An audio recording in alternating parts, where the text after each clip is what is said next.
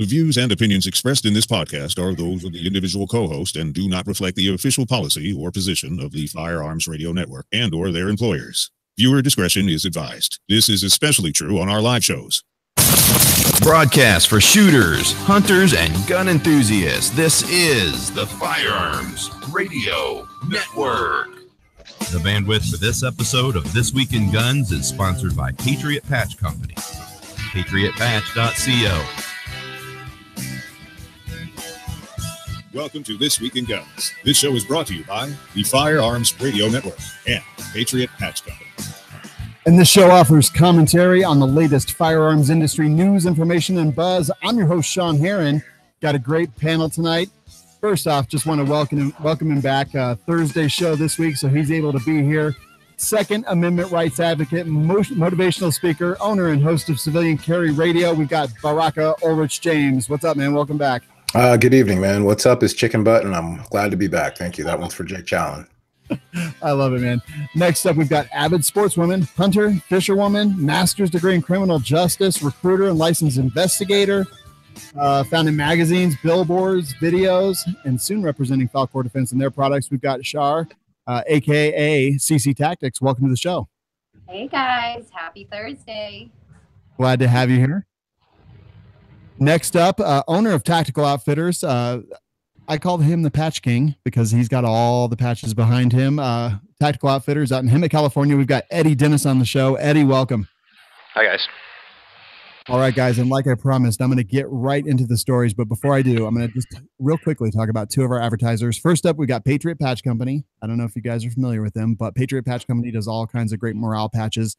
They've got the PVC patches, T-shirts, cleaning mats, all kinds of cool stuff like that. And one of my favorite things is their Patch of the Month Club. Basically just sign up and it's, just every month in your mailbox shows an awesome custom patch, usually tailored to whatever holidays in that month or whatever's cool about that month. But they're really, really cool. You can check them out at patriotpatch.co. And we'll talk about the next advertiser in our next commercial break. So let's get started. Georgia mother fends off home intrusion by sex offender with a spoon and then shoots him. I read this article a couple times just because I wanted to make sure I had this right. But yes, in Blakely, Georgia, a sex offender broke into a lady's house. She held him at bay with a spoon, then managed to pull a gun on him, shot him, barricaded herself in the door with her child, in the bedroom with her child. The guy went out on the front lawn and collapsed on the front lawn and died. He molested a child in 1999 and is listed on the sex offender registry. Thoughts? Well done. First of all, I commend her on defending herself, her home, and her child from somebody that could have done much worse. You remember that video a couple years ago where the intruder broke in. It was a wife, a woman, and her child home alone, and he proceeded to, batter and brutalize the woman in front of her child over and over and over again. So at least that didn't happen to her, and that her and her child are okay the way it should be. So completely agree. And anyone else have thoughts on that one? All right, I think that'll do for that one.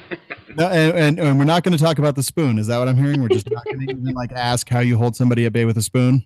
Well, she's a mother, so it's natural instinct, just like my wife takes the little wooden spoon on my daughters when they were much younger and they were very ill behaved, threatening the little spoon on the butt. Or the fitness. I mean, you have a spoon with you because you're 24/7. Well, right. That's true too. I'm just glad she didn't take the fork in the road and run away and decided to use the spoon. That's true. Zing. But yeah, I mean, I got to say, this is exactly the reason why we carry. It's why we keep guns at home for self-defense. This guy, who knows what his intentions were, who knows what the outcome would have been if deadly force had not been employed. Well, he was a sex offender, so that's pretty obvious. Yeah, he wasn't there to borrow a cup of sugar. No, he was not. Cal Guns Foundation reports that the appeals court strikes down unconstitutional California law for some residents. So on this one, it was basically where you couldn't buy a pistol or you couldn't buy more than one pistol every 30 days. The lawsuit was filed in 2014 and brought by two individuals after the DOJ's Bureau of Firearms sent a letter notifying firearms dealers in the state of a new enforcement policy that prevents Californians who hold both federal firearms license and a state COE or certificate of eligibility from purchasing more than one handgun in any 30-day period. So they took it to the courts. They took it to the appeal. They took it to the courts and lost, and then took it to the appeals courts and won. The attorney for the individuals that brought the case say that the decision stands for the proposition that Attorney General Becerra and his Department of Justice are not above the law. They can't simply make up the law as they go without following the rules or having a legal basis in the statutes. The DOJ fabricated and enforced an illegal policy, and we put an end to it with this case. And I say, great news. So am I the only one here that lives in California, or is any other? Yes, you're the only one that lives outside the United States. Yes, that's correct. Yeah, the laws here are just, they're retarded. It's kind of out of hand, to be honest. Yeah, and I mean, when we see stuff like this is good news, and you don't normally expect to see stuff like this coming out, especially. But I'm glad that the appeals court had their heads screwed on straight. Yeah, it's a very small step in the right direction. But there's still so much more that's idiot. And the problem, though, is that this suit was filed in 2014. That's 4 years ago. So for 4 years, this ridiculous statute was in there while they fought through the courts, lost the first court cases, and then won in the appeals court. So 4 years that they just put this, they just willy-nilly threw it in. And then the California citizens had to deal with it for 4 years. And I think they do that crap on purpose because they know they just throw it in there and then they're going to, just make it so we have to fight and in the hopes that we don't fight it. And I don't know, it's a doom state, to be honest. Well, I don't know if there's coming back to it. Well, thank God they have good people like my good friend Brandon Coombs from Firearms Policy Coalition out there fighting the fight against that constantly, and he's basically dug his heels in, and whatever kind of anti-gun legislation, Brandon's on it, him and his crew, just like that. And so people support the FPC. They need all the support and help they can get. Yeah, them and Calguns. Oh, something just fell off the roof there. Them and the Calguns Foundation, they're probably the most heavy hitters right now that are actually doing anything out here. Not to bag on the big boy, but it seems like they've pretty much written off California. So yeah, no, I think you're right. And whatever fell off the roof, it could have been a sex offender. I hope you have a spoon. Actually, it was a package of pickle ricks, actually. So. Oh man, those are awesome. I love those. I don't know what those are, so now you guys got to fill me in. Go ahead, Eddie. You can do it. So Pickle Rick is from Rick and Morty, the cartoon. Rick okay. Pickle for no reason. And these are the patches that are the Pickle Ricks. Gotcha. I love it. Illinois ban on guns in or near parks ruled unconstitutional. More good news from another unlikely source. Illinois here. The Supreme Court of Illinois has ruled that a state ban on carrying guns within 1,000 feet of a park is obviously unconstitutional. It is unconstitutional because it directly implicates the core right of self-defense. And great news, in my opinion. Amen. I agree. There's far too many states and places in our country that we don't have our fundamental God-given right to be able to protect ourselves, and it needs to stop. And I'm glad every time it's shot down, and I wish more places. I mean, where I live here in Virginia, you can't take a gun in DC, and Maryland, forget about it. We've only got West Virginia and PA that, and North Carolina that, and Virginia here that you can. I mean, all those places we can't actually go. You have to pack everything up. You can't even take a gun in DC. At least you can drive through Maryland. So. Now, Char, out there where you're at, you've got some pretty great gun laws, right? Oh my gosh, Arizona is truly America. I mean, I grew up in Alaska, so it's the same thing. We've got awesome gun laws that are lenient and they're pro-gun. Everyone's just so supportive, and so I love it. I love being out here. Yeah. Plus, you guys have some awesome ranges out there, like Cowtown. Yeah. We've got Cowtown, Van Avery. We've got Scottsdale Gun Club, C2 Tactical, Rio Salado. So, and the cool thing about it too here is you can just go to the desert and shoot. Oh, really? Okay, that's awesome. I didn't know that. No. Yeah, I know the two young ladies. Shout out to them over at Scottsdale Gun Club. They are awesome, good people. Yeah, lots of great stuff out there. I've been to a lot of those ranges, but yeah, most of my friends that actually live in Arizona, even with all the awesome ranges they have, just prefer to go out in the desert and just let lead fly. What's the rule out there? Do they have to have a berm or not? Because like here in Virginia, for you to shoot, you have to have a berm to shoot into. Yeah, absolutely. So you do have to have a berm. And so when you're shooting, obviously either against a mountain or whatnot. So okay, cool. We really push for obviously cleaning up after yourself. It's a big problem. Yeah, huge problem actually. So oh no, people are leaving a lot of brass and debris and stuff behind, like refrigerator shells. Oh exactly. Wow. Cars, TVs. Oh wow. Okay. The good thing is, with our huge 2A community out here, we all volunteer and do a day or two, go out in the desert and pick that up. That's awesome. So. Very cool. Love to hear that. Yeah. Next story is 23-year-old motorcyclist shoots and kills her road rage attacker on a Washington freeway. Talked a little bit about this on another show, but basically the woman on a motorcycle, man in an SUV, they start to, get a little bit road ragey towards each other. Eventually they both end up stopped at the same place. They get out of the car. The man punches the woman goes down to the ground. She draws her firearm. She shoots the man and he dies at the scene. 60-year-old Bruce Jones died at the scene. And this one, I'm waiting for a little bit more information to come out, but it seems like, it seems like something happened and not sure who the aggressor or who the innocent party was in this situation. But ultimately, a person died and road rage is a real thing. Well, I mean, without having all of the facts, some of the facts that we do know, there was a giant disparagement of force. She was a very petite woman. He was a very large man. She was on a motorcycle. He was in a vehicle. So, I mean, if he had his windows and, doors closed and windows rolled up, like in the picture I saw, there's not much she can do to him.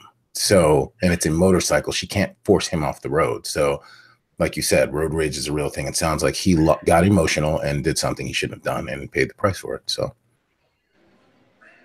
Yeah, I mean, what were the four components here to justify use of deadly force? It's jeopardy, ability, opportunity, and preclusion.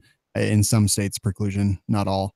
But yeah, I mean, like you just said, was there jeopardy? Sure. Was there the ability? Yes. Was there opportunity? Absolutely. I mean, it seems to meet most of the tenets for use of deadly force, in my opinion. And to add on to what you said, from what the witness accounts was, he was repeatedly punching her in the face. All she has to do is be knocked out, and that's it. He could beat her to death. So there it is. Yeah. Char, do you have thoughts on this? That to me is a huge reason why I also carry, guys, because I'm 5'3", 120 pounds. Me against a 200, 300-pound guy, have no chance. You know what I mean?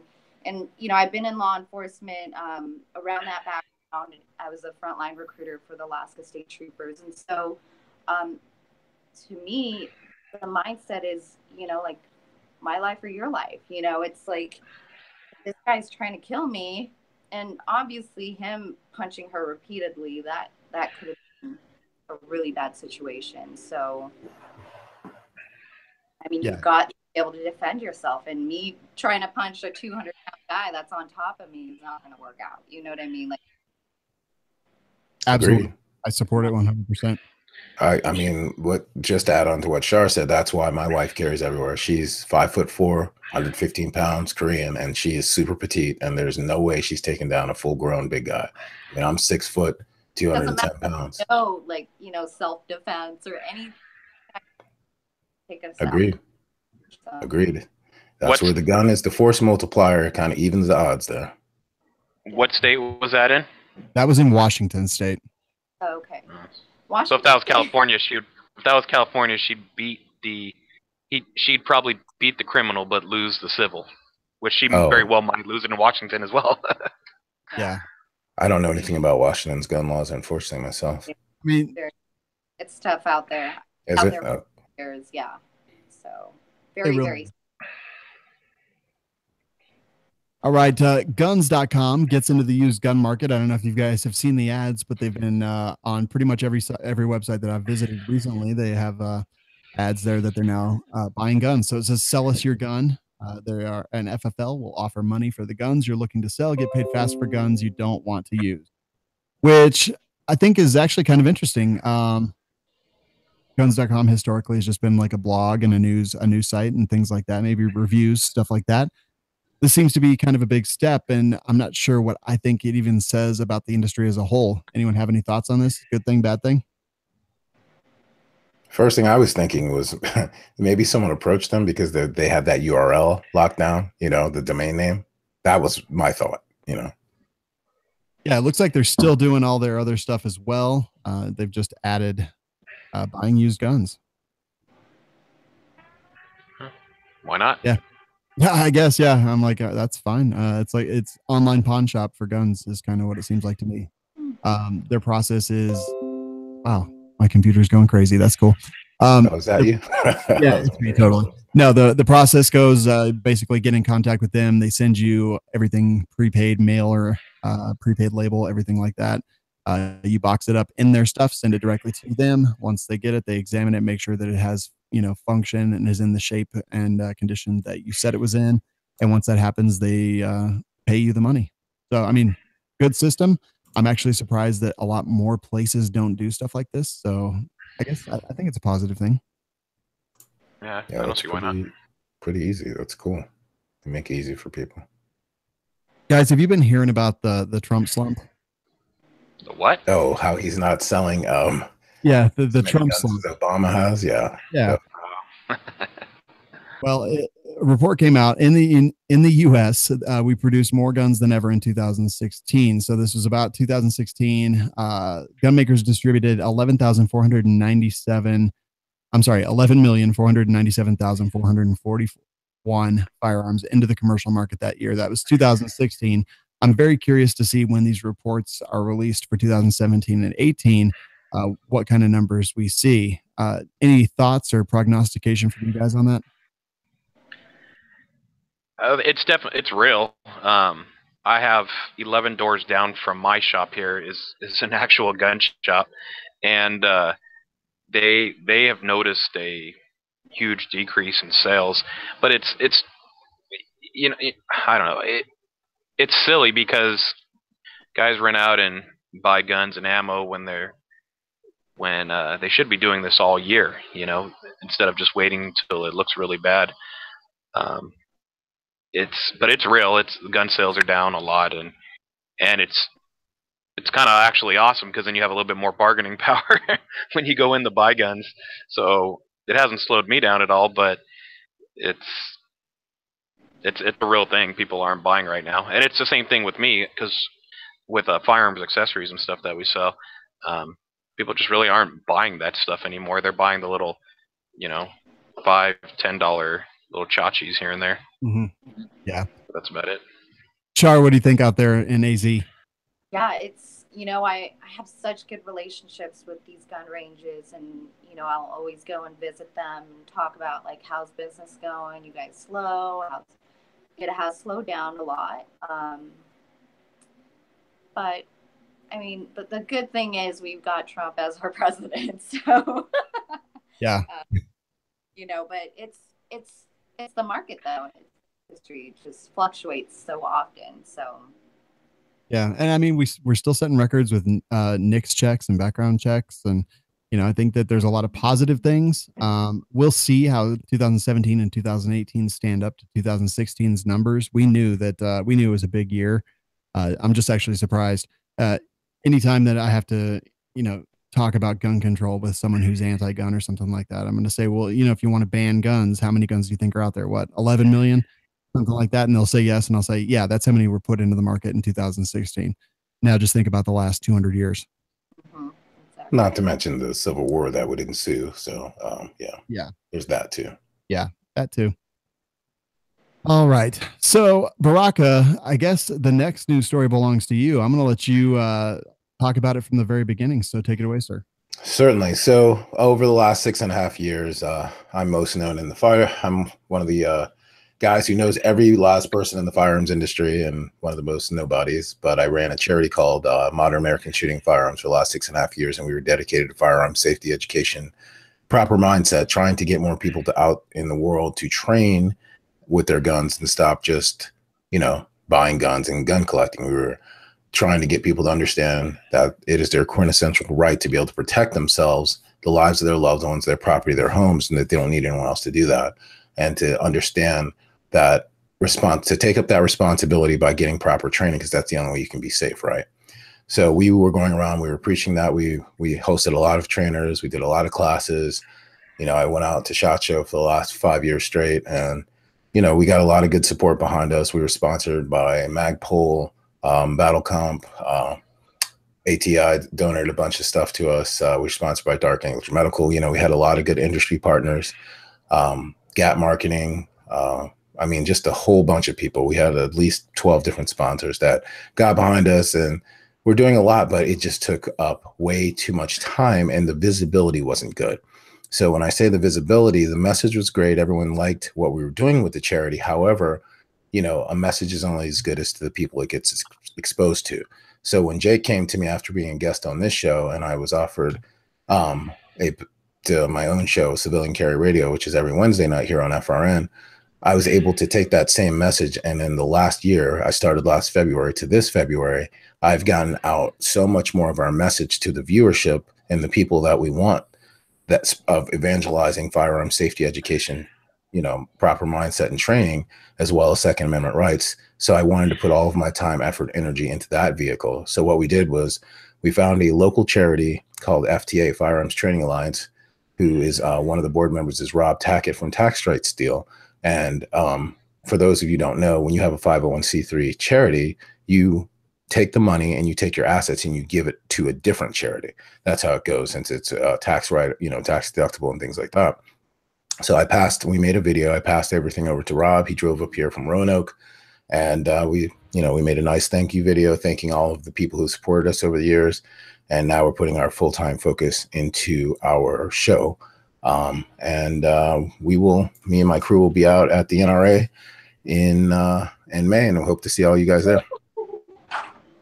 Very cool. Well, thanks for all your hard work on that, man. I know this is a tough choice for you, but I what's best for you, and I'm really excited about the future as the owner and president of the Firearms Radio Network. Thank you for putting your effort into the show, and I know it's going to be awesome. Thank you so much, Sean. I appreciate all you guys' support, man. All right, good stuff. And you can check out that article on AmmoLand and in the show notes if you want to find out more.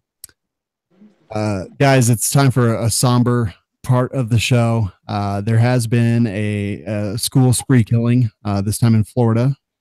It happened, what was this, yesterday? Yes, yesterday. Yeah, so we're recording the show on February 15th. This happened on Valentine's Day, February 14th. Man, just a whole lot of awfulness going on here.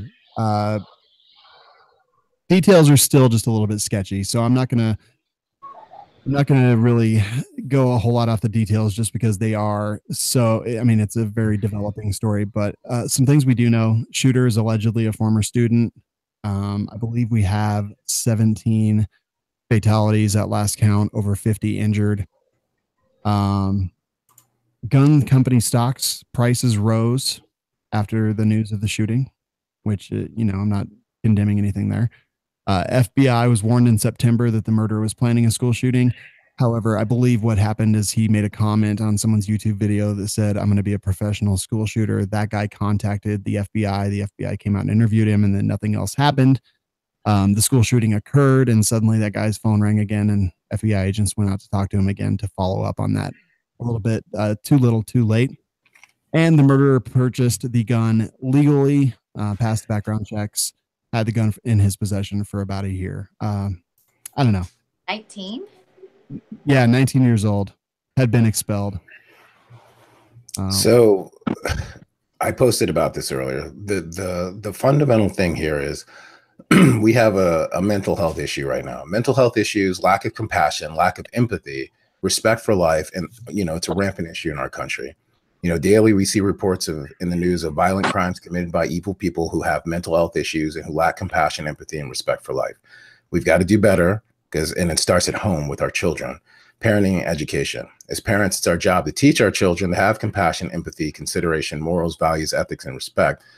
We have to let our children understand that life is a precious thing. And if we did that, and we're constantly parenting, we're much more, farther ahead. The problem is these days, people won't even discipline their children verbally. or in any kind of way, because they're afraid of the repercussions when they go to school, that their kid is going to say, oh, my parents are mentally abusing me, or this or that, and so on and so forth. And you have a lot of parents, unfortunately, out there, a lot of that just their kids are off just doing whatever, and they're not a lot of parenting. I see it all the time as a parent. I have 3 wonderful warrior princesses, ages of 9, 8, and 4, and we see it all the time. Me and my wife, we take a lot of our time. We live for our children, and I think that's where it starts, honestly, is that respect for life. I'm right there with you on mental health, but I think that's it needs to be addressed, and stuff needs to happen to better that. But I think a quicker solution would be to start fighting it head on. And in my opinion, any school that takes any kind of state or federal income should have also proper security, both trained and armed security, whether it's a sheriff's deputy there all day, which a lot of middle schools and a lot of high schools do have, especially here in California, but there's still a lot of them that don't have any. And I personally think if you're taking state or federal money, you should have adequate security to fight any kind of evil that's gonna, or the most common, what we've been dealing with these shootings. They should have the means to fight it head on without waiting for a 5 to 10, 15-minute response time by police. It's like just yesterday, when it was happening yesterday, because I have a child in 8th grade right now, about to go into 9th grade, and it gets to the point where you're like, there's been 13 school shootings in 2018 alone, and at what point do you just say maybe homeschool is the better option? And I just don't have the means to do that right now. But what I have done is I went and bought myself bought my daughter a backpack that has 3 plates in it, and that converts into.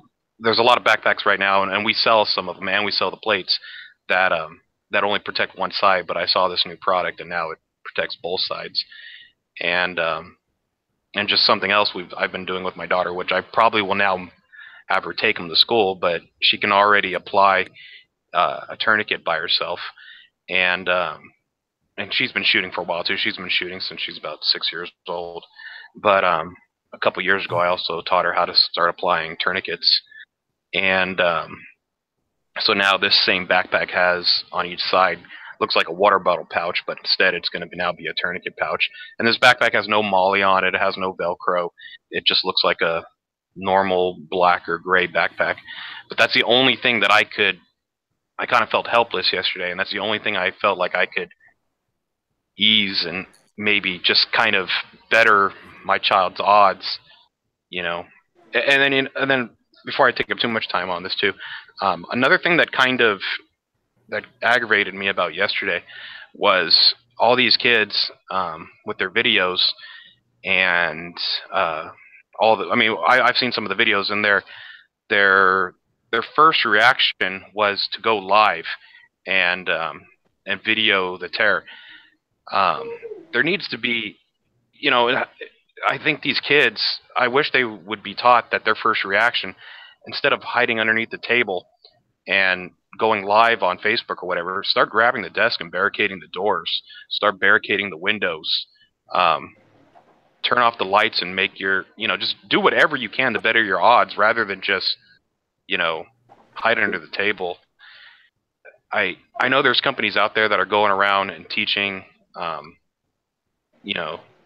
tactics with schools and stuff, but there needs to be, teachers need a real eye-opening class to be taught really how to protect themselves, and then have a curriculum to also teach their students. I don't know. Well, to say, well done on your part, first of all, Eddie, as a father, as a fellow father. Well done, man, and preparing your daughter the way you could. Secondly, I was going to say I agree with you 100%, Eddie. There needs to be more education. One of our friends, Greg Elfritz, wrote a big article about the tactic of a false fire alarm to get people to come out so that they can mow them down. You know, we circulated that here. My wife emailed our school principal about it this morning. One of my friends who works on the Fairfax, the Loudoun County, where I live in Loudoun County, Virginia, on the board, sent it to the school advisors. I mean, it has to be talked about. And, you know, the kids were doing, besides Facebook Living, besides Facebook Living, they were running over to the windows. When they heard the gunshots, they're all yelling as loud as they can. I'm like, okay, you got to contain yourself. Put your hand over your mouth, whatever it is. You want to bring, you know, attention to yourself. I mean, they have no way. They don't know what to do. They're just terrified. So they're just reacting emotionally. They don't have a plan, nothing, you know, and it's a shame that they're not talking about this with the students and getting them more prepared and trying to get them, you know what kids are really good at? Running, you know, running and hiding. Teach them they can't fight there. So teach them something. Don't just have them to their own vices when something's going on. Have a well executed plan. But that specific tactic was researched and was used in this. And look up Greg Elfritz on Facebook. He from Active, I forget what his company is, Active Response Training. I forget. I posted the article on CCR's Facebook page. You guys can see it there on Civilian Carry Radio. But read about those tactics, send it to the people in your school so that they can make their resource officers aware of it and their staff aware of it. So I like that. Char, do you have any thoughts on this? Right as soon as you muted, I called on you, huh? Sorry, I'm like trying to figure this out. It's my first time on Google Hangouts, so no problem. You're doing great. What are your thoughts? No, I think both the guys covered two really important things. Obviously, one, Eddie, I love the fact that you're training your daughter, you know, to be prepared for situations like this. And in all honesty, it's sad because us growing up, we never had that kind of training. You know what I mean? Like my training was like earthquakes and, you know, our fire drills. Right. And now, to the point where this has become so common and it's heartbreaking. Depressing. It makes you so angry. I mean, I don't have any kids and I can't even imagine having kids having that feeling of, you know, 17 kids have been killed yesterday. And so I think the training as a parent is amazing. But Rock, I wish, like when it comes down to being a parent, it does start from values, morals. I mean, I grew up with very strong values and morals. And so I just wish people had the same view and the same mindset. But unfortunately, I feel like it's getting worse and worse. It's going to get worse and worse. Yeah, exactly. Well, the world's becoming more cold and selfish and focused on yourself, and that's it. And that's the problem. We're all in little silos and don't want to look upon it. I mean, look how many times they show videos of people passing out due to cardiac arrest, or they're getting assaulted and people just walk by, or even worse, like pick out the exactly. Why are you not moving? You know, it's frustrating because everyone just wants it to be on social media or a camera, and so it's frustrating that people just don't have that mindset. So, and it's a society it's a society problem. Like when that guy last year here in the DC metro area, he got stabbed 15 times, and there was 20 something people around. It was on the subway. No one helped. Not one person helped get the guy off the other guy. And he just watched him get stabbed to death. It's a real thing. I mean, the bystander effect is real. It exists. You know, here's the thing, like constantly we all as gun owners were like, look, mental health. Obviously this dude had mental health issues. Obviously there were some red flags, but you know what? I made the decision yesterday. I was like, you know what? Mental health, it's a black hole. We're not going to go anywhere. There is no way we're going to reform the mental health in this country to where we could do something and make a difference. And I'm not like, it is That's kind of how I feel too.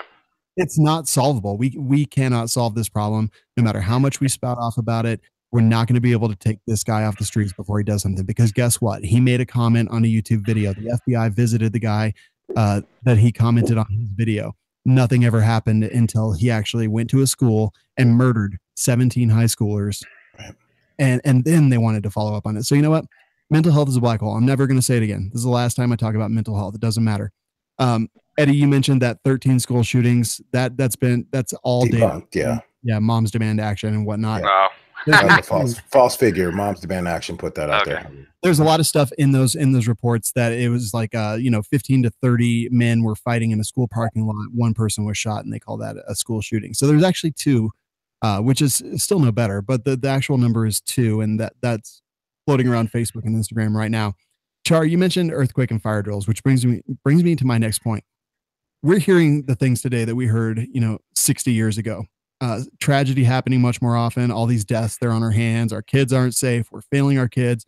But we didn't hear it about school shootings. We heard it about kids dying in school fires and things like that. So we didn't stop by. We didn't outlaw matches. We didn't make people have background checks before they could buy propane and things like that. What we did is we put fire exits and fire extinguishers and maps and fire drills and fire alarms and sprinkler systems. We did all that. We educated people. We modified our infrastructure. We made our kids safer with action. We didn't do mental health evaluation, even though 40% of fires in schools are set by people. We didn't go the mental health route. We went the route where we taught people how to react to it. And that's how we're going to have to save our kids. In my opinion, we're going to have training, medical training. We're going to have resource officers. And if you don't want guns in your school, figure out something else. That's fine.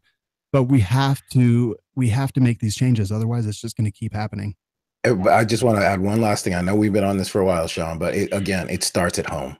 Our 2 girls are 9 and 8. They'll have their black belts in Taekwondo this March. They go right to jiu-jitsu. As a whole family, we're taking jiu-jitsu.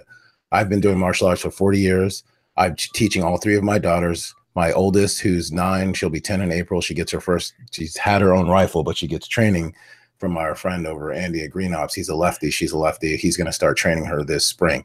Second point is, they said the kids didn't say anything. They said they saw this kid acting weird. They gave bad vibes. No one said anything to the teachers. We had a local death here 2 nights ago in Fairfax County, our neighboring county.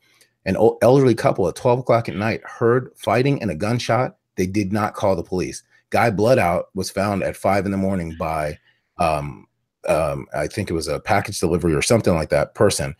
But people aren't saying anything anymore. They hear things, they see things, and they're not stepping up and saying anything. So again, it's all mindset, and training and education. And like you guys said, go to the schools, demand that the schools come up with solutions to these problems. There's products that exist. There's training that exists. There's, warrior mindset, never give up, Amen. Fight to the death. That's unfortunately what we're going to have to do. And again, we don't have kids die in fires anymore. And it's because we made these changes. Let's make the same changes and actually keep our kids safe instead of just talking about it all the time. Let's get a bunch of unemployed veterans as guards. It'd be the perfect. Yeah, those guys would fight for. Be the perfect job for, a veteran. And I've heard the example of, only the principal has to know, and you make them a janitor or something. Don't make them a janitor. Make them. They have school supervisor or school campus supervisor security. Just have them as any other security guard, and then he has his own locker that has armor and an AR in it, and hopefully, have him carrying IWB and nobody knows. And then if it has to go down, then he responds quickly to it. The best people for the job. And all those people, and to add to your point, Eddie, all those people in the world always say, oh, we don't want armed this or that at our school. You know what? We arm guards at every bank almost in the United States to protect money. Our kids are not worth that same protection and that same expense. Come on. My Walmart has an armed guard. There you go. Great points, guys. We're going to end it on that and move to the next story, which is unfortunately no more heartwarming. 2 Ohio police officers were killed, suspect in custody. Officers basically responding to a 911 call that had a crying female. She called in and then was disconnected. The officers showed up and the suspect opened fire on them, hitting both. They were both killed. One was killed on scene. One was transported to the hospital and later passed away. It seems like it's happening a lot lately. I don't know if it's a 24-hour news cycle or if it's happening more. I haven't actually looked at the statistics, but man, it's tough. It happened here in Colorado Springs just a couple weeks ago. It's another tactic that they're employing. Call and set them up and ambush them. Just in Florida. This kind of goes along with the whole training thing with the last story. I don't actually. I was talking to a deputy who came into our store today. I'm surprised that more families and more people don't sue departments for the lack of training that they're receiving. The guard standard, I don't know about in any other state, but the guard standard here in California is super weak. And the situations that some of these deputies are getting in are so dynamic that they're just left to figure it out themselves when they haven't got nearly as much training as they should have for the kind of stuff they get in. And I'm surprised more families haven't sued departments just because of just lack of training. I mean, I'll take classes with cops and other deputies, and it's like, you know,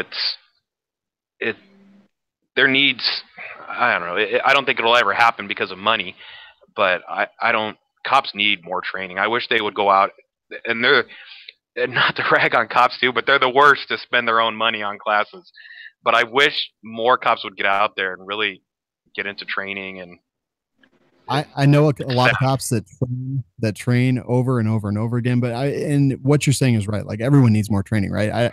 Not that it would help in this case, but we talk about LAPD. I think last time I checked, they had 9,000 active police officers on the force. And when you talk about, you know, making sure that LA is being taken care of, that they have the correct presence on the street, and then working that training in too, it's like a logistical impossibility, in my opinion. But you know, we had a guy take out these 2 Ohio cops from, you know, a position where they didn't know he was there. He knew they were coming, and he just picked them off and took them out here locally in Colorado Springs, 1 mile east of where I'm sitting right this second. Sheriff's deputy was shot the other night. 3 cops were shot. 1 died. He was investigating a stolen car, walked up to the window, got shot, and died right there in the street. It sucks. One thing about this story is that the guy who bought the gun is now being charged as a straw purchaser. He bought the gun, gave it to a known felon, and he's going to go down for it. And this is an example of the laws that are in place being enforced and working. Unfortunately, it's after the fact. All right. Browning ends production of the model 1935, or the high power. Kind of just moving to a whole different topic here. Anyone ever shoot high powers? Anyone like them? All right, so just me then. I mean, I've shot them. I just don't like them, and I didn't want to just be the negative Nancy and rag on them, just like the 1911s. I mean, their history. They belong in the museum. I'm sorry. Leave them there. Let them get dust and be admired from far away. I kind of feel the same way. I'm kind of okay with it. There's an existing stock out there. There's many tens of thousands that have been manufactured and made. You know, I don't love them. I'm not especially upset about this, but I'm sure there are some people that are. And yes, the 4 on this show are not those people. So we're going to move to the next show. No, because they're all in old folks' homes. Okay, that's why. I do think my dad has one, actually. There you go. See, Eddie proves my point. with the wood grain. Yeah, I mean, they're fun. They're gorgeous. I love them.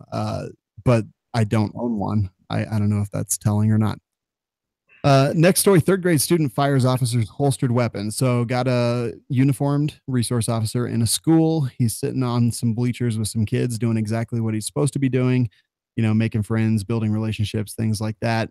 One of the kids reaches over, somehow wiggles their finger inside of his triple retention holster, pulls the trigger, and fires the gun. Situational awareness is all I gotta say. You gotta watch who and what's around you. I mean, that's the bottom line. Nobody gets close to me, man, ever. I mean, I make sure. I feel that. Right.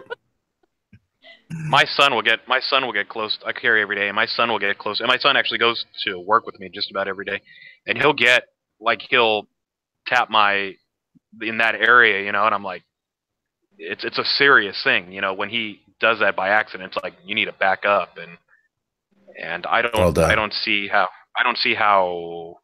I guess mistakes happen, but and same with our 3 kids. They know. We constantly, every Sunday, we drill that in their head, you know, about firearm safety. We go over it. My 9 and 8-year-old have, you know, memorized the 4 safety rules of firearms. I mean, they know it inside and out. You can come over my house and they will spout it off to you anytime you want.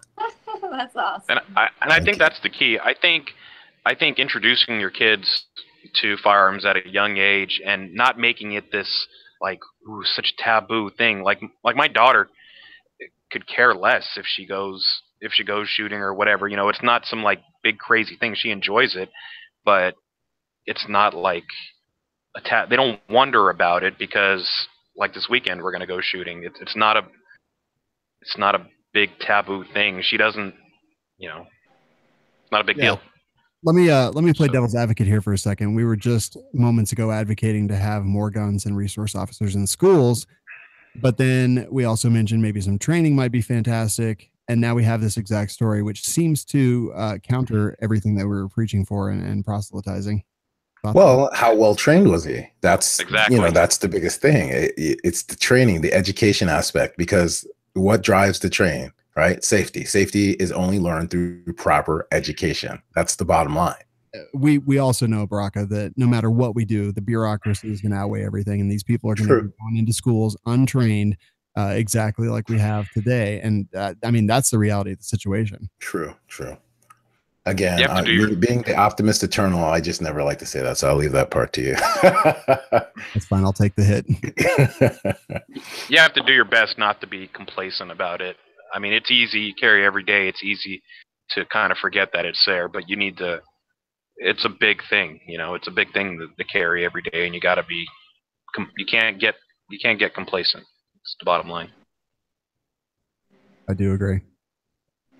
All right. Ammo seller charged in Las Vegas shooting asked for more time to give up his guns. I only bring this up because I kind of honestly feel bad for the guy. Like, he's been making ammo, selling it at gun shows. On the Las Vegas Autoplay. Yay. Making ammo, selling it at gun shows for quite a long time. He has 2 casings end up at the Las Vegas shooter with his fingerprint on it. Now he's being charged with, illegal ammunition manufacturing, so on and so forth. He was actually given a deadline by the judge to remove all firearms and ammunition from his possession and ownership by late Wednesday afternoon. But we start with our breaking news and this website actually. We start with our breaking news. Is he using guns.com to sell them? This is ABC 15 from Arizona, which apparently it's like, oh, you don't want to play this? No, you do want to play this. You're going to play it. So anyway, he's asked for 48 more hours to give him more time to find someone with proper credentials to take the ammunition and guns. I think it's ridiculous. It's absolutely ridiculous. I feel very bad for that guy, and I just, there it is. Yeah, it's like we're, I don't know. It's just, it's really annoying, honestly. Yeah, I feel like they can't prosecute the Las Vegas shooter, so they're just going after this guy. It's the whole, think about the children thing, and that just annoys me really bad. They need a body to hang on on the front gates to satiate the people. That's the bottom line, just like in the old days. So, yeah, I completely agree. If we have nothing else to say on that one, did you guys hear about the WWE? Sorry, Eddie, go ahead. No, go ahead. Did you hear about the WWE wrestler who took to Twitter after finding a gun in the glove box of his budget rental car? No, I didn't hear about that. Kind of heard about that. All right, so he basically found a handgun in a black bag in the glove compartment, a Ruger LC9, actually. Oh, boy. Yep. And instead of, calling the company, he just posted on Twitter and tagged them in it, saying specifically, let's see, thank you, budget, for your great service of putting my reputation, freedom, and quite possibly my life in jeopardy. I've unknowingly been driving your car around for the last 4 days with an effing loaded gun in the glove compartment. Yes, because the gun was going to break out of the glove box and attack him furiously and vigilantly while he's driving around. Right? Because my Twitter post would have been like all caps, free gun, woohoo! Right. Well, inanimate objects like to attack safety people, program, like gremlins and stuff. But yeah, I'd be like, what gun? No, I'm sorry. Boating accident, lost all my guns. Oh, that happened to you too? Okay. Yeah, that happened to me. It happens to everyone every 6 months. Yeah, it's so weird. I don't know. This first off, he's kind of a sissy for a wrestler. I'm not gonna lie. Just a bit. And which wrestler was it? His name is Shelton Benjamin. Shelton. Never heard of that. Shelton. I know.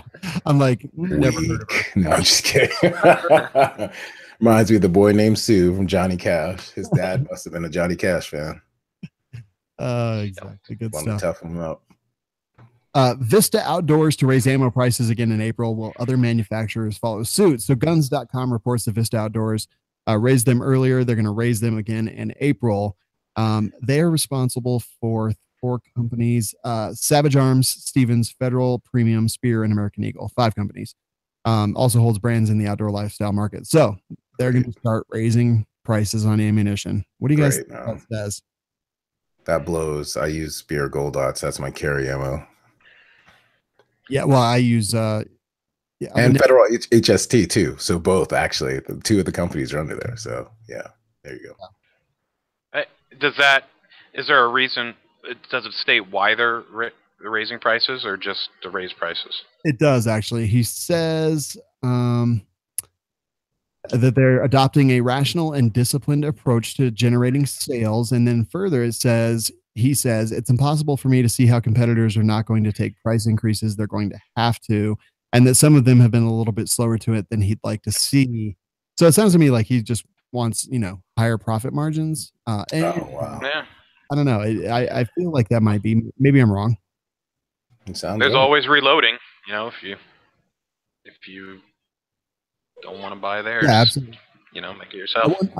I wonder if maybe we've had an artificial kind of bottoming out of the ammunition market, and maybe the components are that expensive to the point where maybe it's time for the market to adjust a little bit, prices to come up a little bit, because we've been kind of enjoying the heyday of the Obama gun sales, and maybe now it's just that natural readjustment of the market. So we will see. I mean, that is 5 or 1, 2, 3 companies that deal primarily in ammunition. I don't know. Char, have you guys seen in Arizona, has ammo been pretty stable as far as price goes? No, and in all honesty, yeah, it's been stable. I haven't seen like a huge flux in prices or anything. So, but we'll see. Yeah, same here. I don't know. I guess it is one of those where we just kind of have to wait and see if other people do it. Did you guys see the video of the armed smash and grab robbery in the Los Angeles Costco? No, I didn't see it. Mm-mm. All right, I'm sure that this video is going to autoplay as soon as I move off of it, and then play 4 or 5 times behind that. Well, they were in and out of the store perfect. I love it. So basically, 2 guys, ski masks, walk into a Costco, armed. I'm not sure exactly how they were armed, but they were armed, and smashed the jewelry counter, and then just start loading it all into bags. And at one point, like, this scared dude rolls up with a shopping cart behind them, like just giving it to them. It's a very interesting video, and the link is in the show notes. But it brought up a lot of discussion about use of deadly force and self-defense. And I just kind of like to hear you guys' thoughts. Char, I'm going to start with you. What are your if you were in that position in that Costco, 2 armed guys came in, started smashing that, putting jewelry in their bag, and then just basically wheeled out a cart and left. What are your thoughts there? And sorry, repeat that last part. If you were there, kind of what would your response be? Oh, well, you said they were armed? They were armed, but they didn't appear to be threatening or pointing guns at anybody. Well, obviously, I call the cops, or I can't. The one thing is, like, what are you gonna do? I mean, are you gonna stop them? I mean, what if I tried to stop you guys? This little 5'3", 120-pound girl was like, stop. These guys are gonna be like, really? And I mean, it's not like you mentioned. They weren't a threat to me, and so unfortunately, I can't do anything. Yeah, I am fully 100% with you. Baraka, thoughts? I 100% agree with what Char said. Too many people we've seen time and time have gotten in the way and gotten, hurt. Like Char was saying, I mean, take a guy my size. I'm 6 foot, 210 pounds. If I'm running full speed and trying not to get caught by the cops, and she pops up at 5'3", 120 pounds, she's going to get run through, like, and fly 10 feet off and maybe get a concussion. She'll get hurt. We tell people all the time on our show, like we had Dr. William April on, he says, be a good witness. That's the time to write down license plates, take pictures, things like that. If they're not harming people, one of the bad things that happens, and why a lot of good law-abiding gun owners a lot of times end up going to jail, is from shooting people that are robbing places, either shooting them because they're in an active robbery or they're fleeing from a crime scene and things like that. People have to understand, unless Go ahead, Sean. Chime in. Those things have been met. What are they again? Jeopardy, ability, opportunity, and preclusion. Right. Then you cannot do that. I mean, if they're running by you or not even close to you and they're robbing a place and they're not pointing their guns at anyone, you can't take their lives. Right. Yeah. Eddie, any differing? That was pretty much the same. Just maybe keep your hand on it, ready to go, and just from a distance get on the phone and put your kids behind you, and just make sure that you don't escalate them, and just be a good witness. Yeah, I think we all, when we get concealed carry permits, when we carry a firearm, we have to decide ahead of time who falls under my umbrella of protection. For me, that's my family, my loved ones. Exactly. This situation, yeah, I find the best cover / concealment that I possibly can. Hopefully cover, but concealment will do. And if they start shooting someone, then I've got different decisions to make. But if they're gonna rob Costco, hey, you know what? Like, maybe I'm that guy rolling up that cart. Like, hey, you guys need a cart? Here you go. They got insurance. Get out of here. Take what you need. Exactly. And you start opening fire situation like that. Like, who's on the other side of them? Who's outside in the parking lot? Where are those bullets going to travel? Things like this. So it seems like I was reading online quite a bit of false bravado. I would have dropped them, stuff like that. And I just hate to see that. No. That's the opposite of what we should be doing as concealed carriers. That's right. They'll end up in jail. I mean, the bottom line is the first thing the judge is going to say, was your life in jeopardy? Yeah. That's a big issue, I think, right now with the gun industry and gun community, in my opinion, is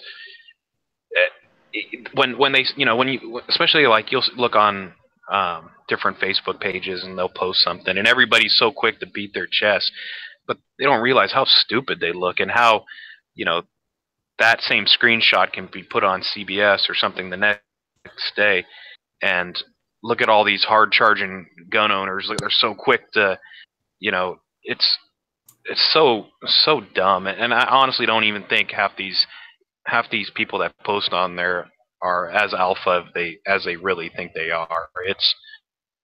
I've been in quite, unfortunately, especially where I live, it's pretty rough. I've been in some, scary situations. I never want to. It's not cool, it's like poop your pants style. You don't ever want to. I don't know. No, I tell you, I'm with you. It's awful. Like, no one wants to be in those situations whatsoever, and people who do probably aren't necessarily either A, serious with themselves, or B, just realistic about their living in fantasy land. Yeah. Yep, you got it, man. All right, good stuff. Before we continue on, I would like to remind people, Manticore Arms is a brand new advertiser on the show. We would love you to go check out their parts, whether it's AR-15 accessories, AUG, Tavor, Bren, the Scorpion, Evo, AK, all kinds of stuff. My favorite is the Transformer rail, which basically, whether you have Picatinny, Key Mod, M-Lock, whatever it is, you can just put a little plate on there and boom, you can have multiple attachments, multiple different styles, all on the same forend. Don't even have to worry about it.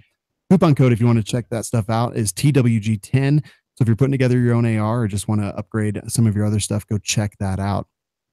Before we go, guys, Baraka, tell people where they can find you and Concealed Carry Radio. Sure. You caught me off guard. Let me, so I can verbalize this with ease, pull this up.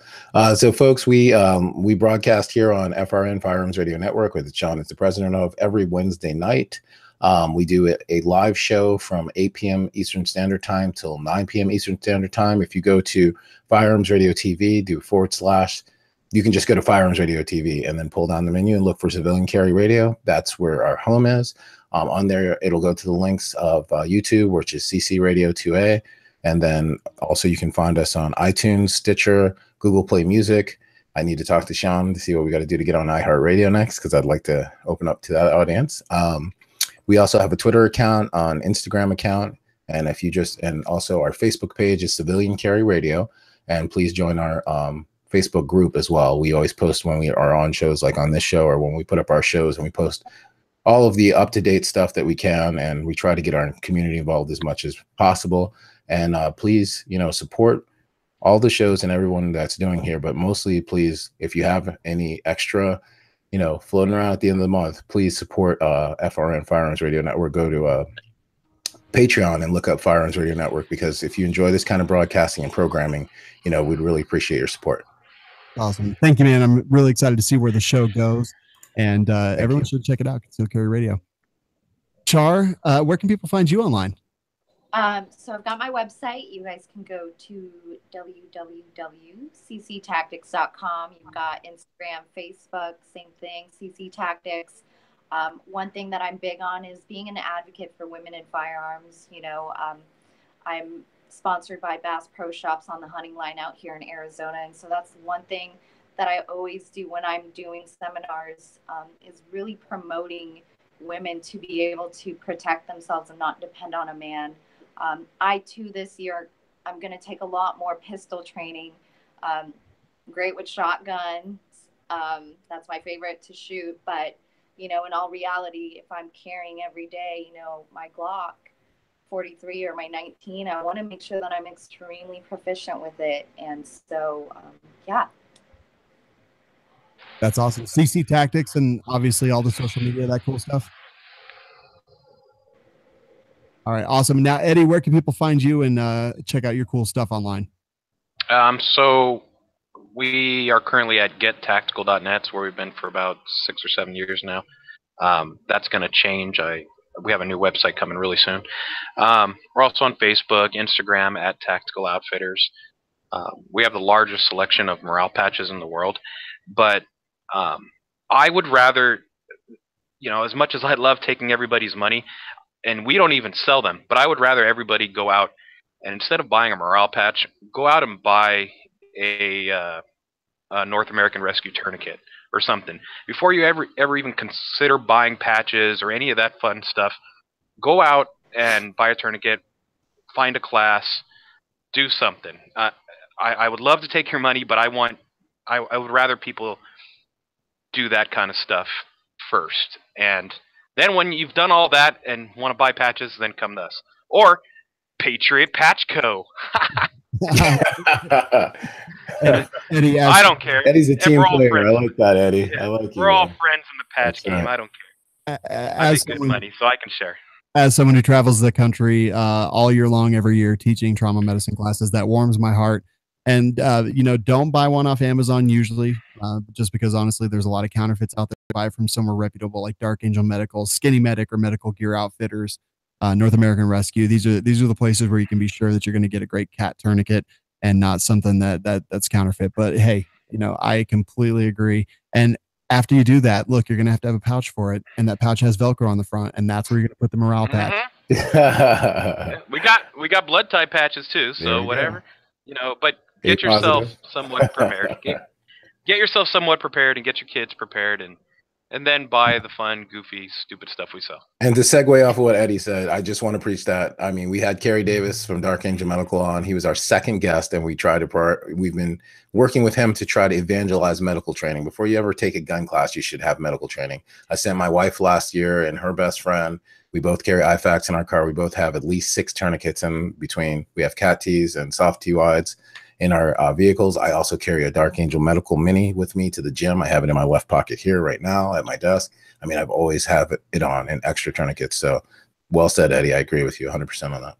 And don't forget, you can find the Platinum 10 Medical Podcast, a brand new podcast that we launched on the Firearms Radio Network about a month and a half ago. So that's out there as well. So brush up, learn new skills, find new stuff. Check out Char, check out Eddie, and check out Baraka and all their cool shows. And as always, this show, This Week in Guns. Wow, I totally just blanked. I might have just had a stroke. I might need it. I don't even know. What am I saying right now? I lost my show notes. There they are. This Week in Guns is produced by Kenny Ortega and is a production of the Firearms Radio Network. We'll see you next week.